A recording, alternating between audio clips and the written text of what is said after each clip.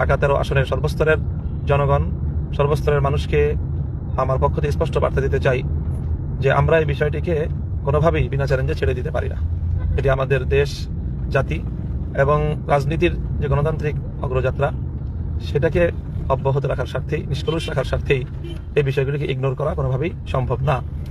কাজে আমরা সর্বোচ্চ পদক্ষেপটাই এক্ষেত্রে আমাদেরকে নিতে হবে।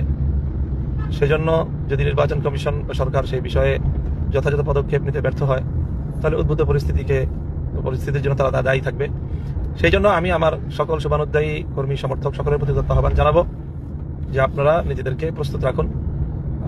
যে কোনো পরিস্থিতি আসবে, প্রয়োজনে যদি আমাদেরকে কোনো কঠোর পদক্ষেপের দিকে যেতে হয়, ইনশাল্লাহ আমরা সেই কঠোর পদক্ষেপ নিতেও কুণ্ঠিত হব না। এটা আমাদের প্রত্যয়, এটাই আমাদের মনোভাব।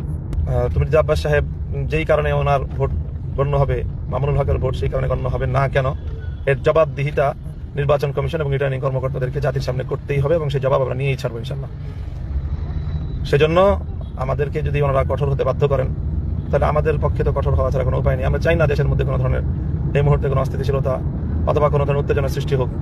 এই জন্য আমরা গতকালকে তাৎক্ষণিক বলেছি, আজও বলছি, এবং আমরা লিখিত সকল প্রমাণাদি সহ তাদের কাছে বিষয়গুলো সাবমিট করব। এরপরেও যদি তারা এ বিষয়ে কার্যকর পদক্ষেপ গ্রহণ করতে গড়িমসি করে, তখন আমাদের যা করার আমরা ইনশাল্লাহ সেটাই করব।